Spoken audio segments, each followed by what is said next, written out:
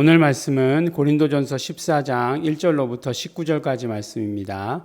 함께 읽겠습니다. 사랑을 따라 구하라. 신령한 것을 사모하되 특별히 예언을 하려고 하라. 방언을 말하는 자는 사람에게 하지 아니하고 하나님께 하나니 이는 알아듣는 자가 없고 그 영으로 비밀을 말함이니라.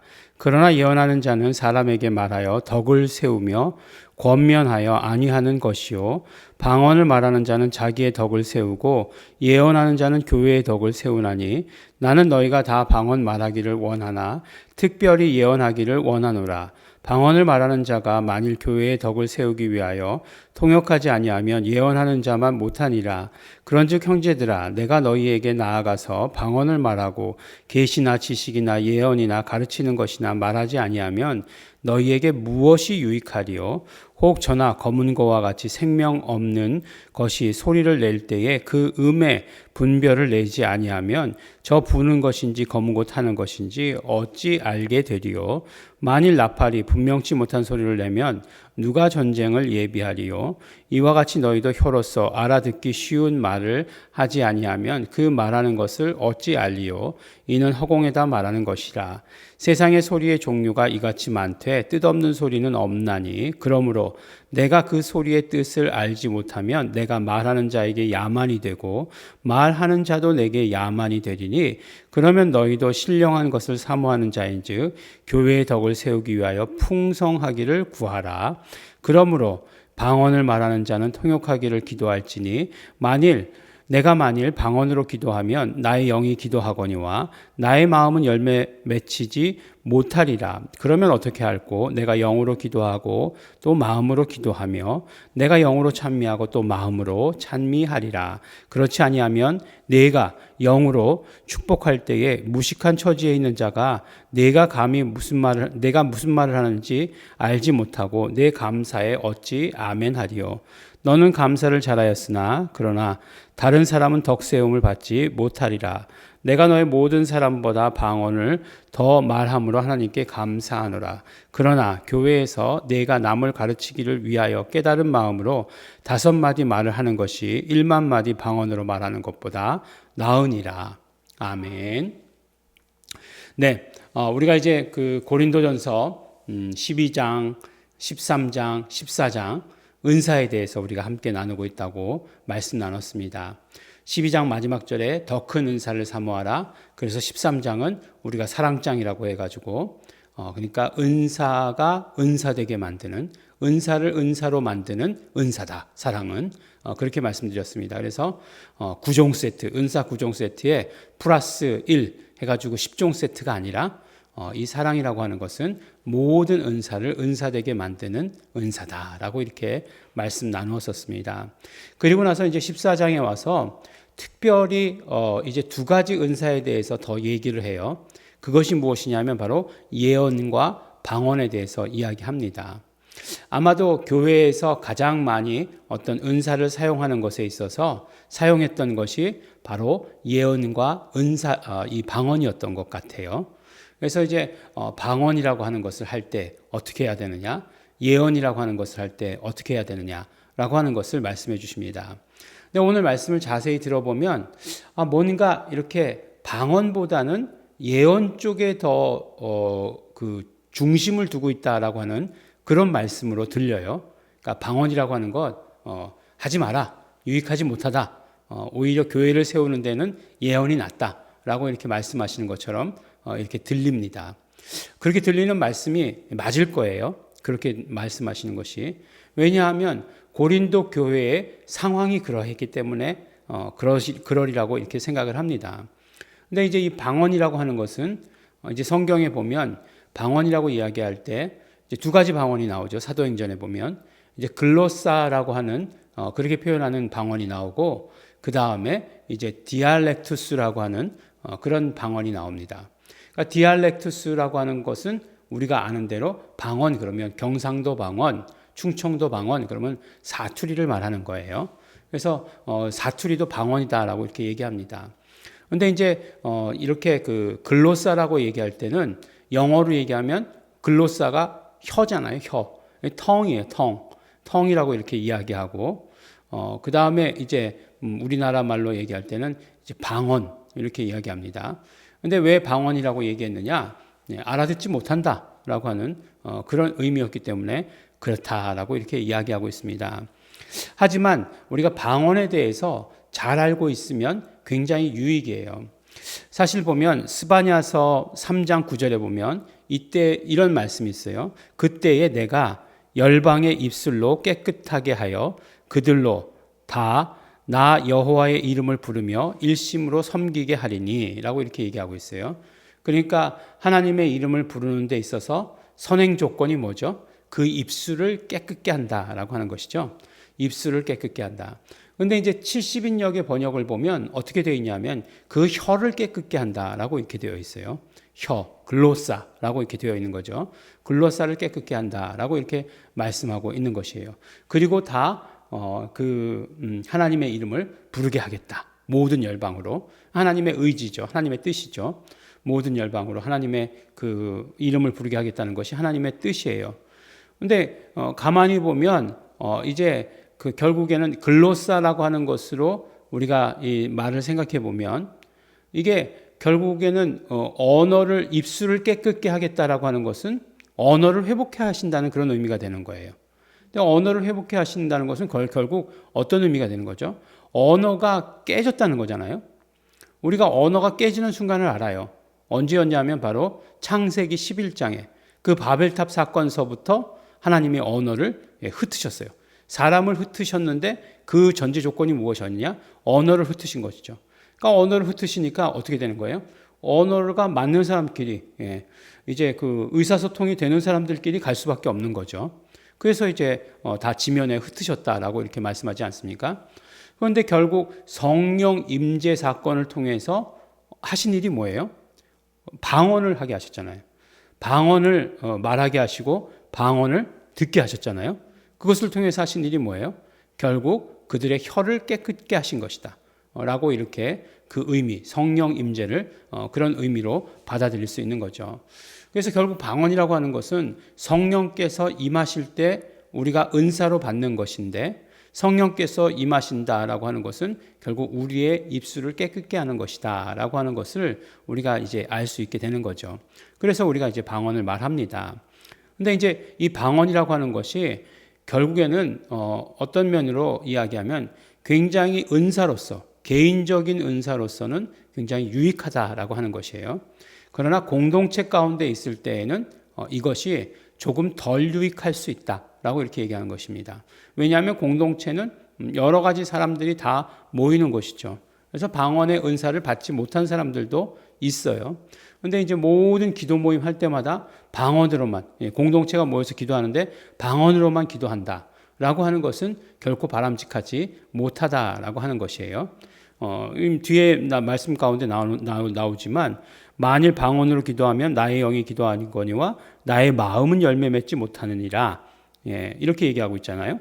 그러면 어떻게 할꼬? 내가 영으로 기도하고 또 마음으로도 기도하며 내가 영으로 찬미하고 또 마음으로 찬미하리라 라고 이렇게 얘기하고 있어요. 그러니까 개인적으로 기도할 때는 방언을 좀 사용하는 것이 아니라 방언으로 기도하는 것이 굉장히 유익이 돼요. 여러 번 방언이 얘기 나올 때마다 제가 간증하지 않습니까? 제가 처음 이제 방언을 받게 된 것이 어느 기도원에 가서 충현 기도원이라고 하는 기도원이었어요.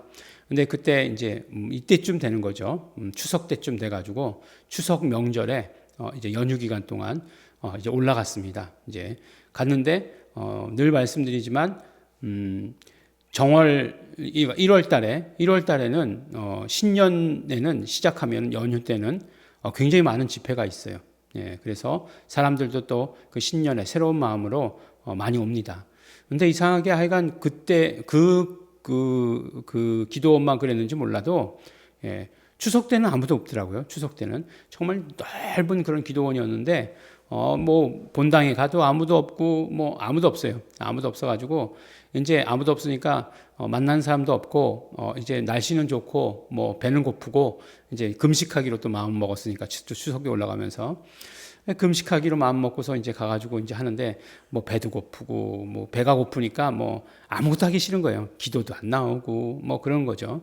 그래서 그때 이제 가지고 올라갔던 게 성서에서의 언어 책 한 권 하고 그 다음에 이제 그 성경책 한 권 하고만 이제 가지고 올라갔죠.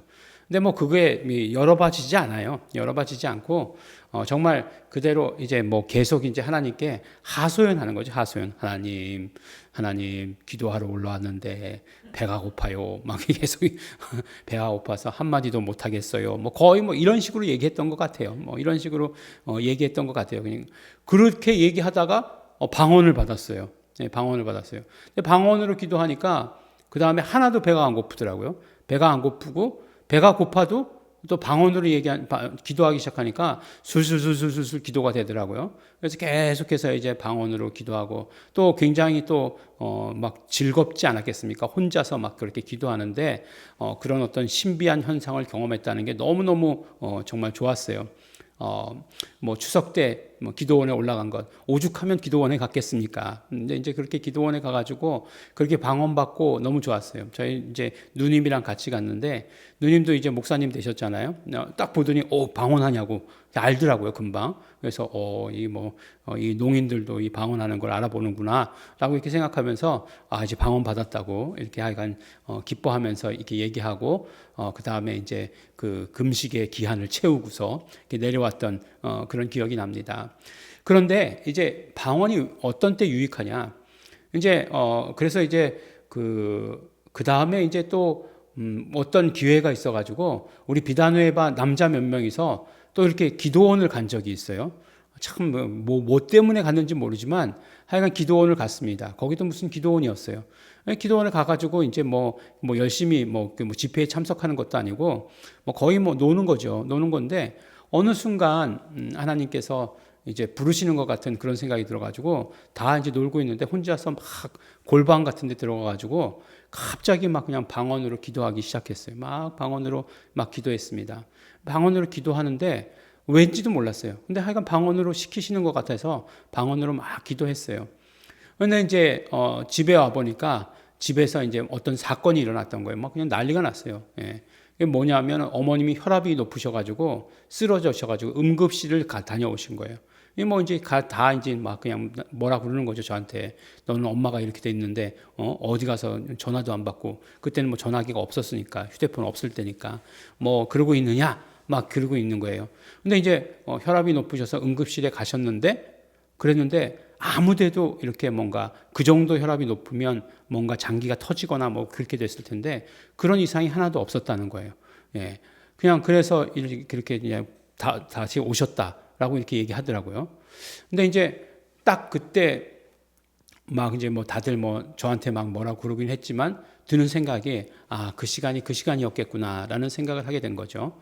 막 방언으로 기도시키고 기도할 때에 결국은 정말 예수 이름으로 보존해 주셨구나. 그때 그 상황 가운데서 라고 하는 걸 저는 알게 된 거죠. 그러니까 방언의 유익이라고 하는 것이 어떤 것인지를 아는 거죠. 저가 막 그렇게 아무 뜻도 모르고 무엇은 사건인지도 모르고 기도했을 때에 그 기도로 말미암아 물론 하나님께서 예수 이름으로 보존해 주신 것이지만 그 모든 것들을 지키셨다라고 하는 그런 체험이 저에게 있는 것이죠. 그래서 방언으로 기도하는 것의 유익에 대해서는 너무나 잘 알고 있습니다. 그런데 이제 우리가 이제 통성으로 모여서 기도하는데 방언으로만 기도한다.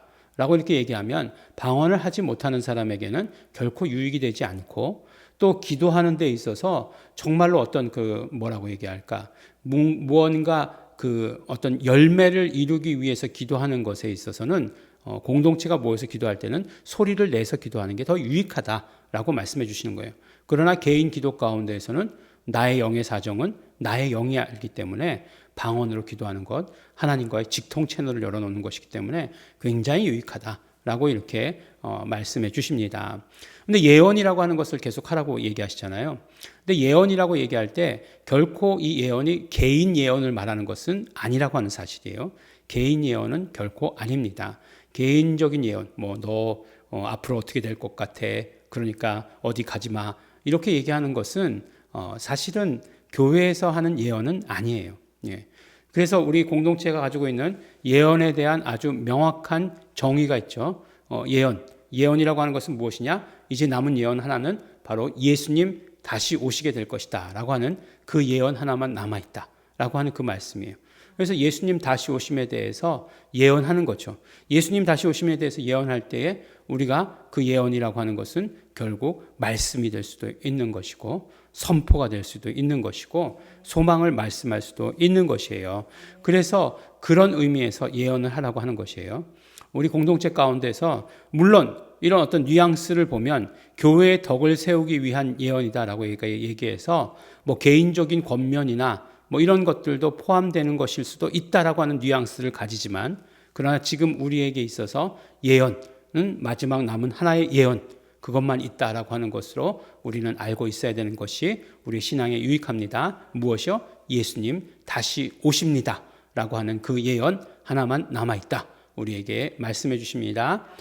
그 예언으로 우리 함께 하시게 되기를 바라겠습니다. 그러므로 우리가 정말 이 모든 일들 통해서 이 은사를 사용하는 것을 통해서 결국 무엇을 이루는 것이라고요? 사역하는 것이라고 말씀드렸잖아요.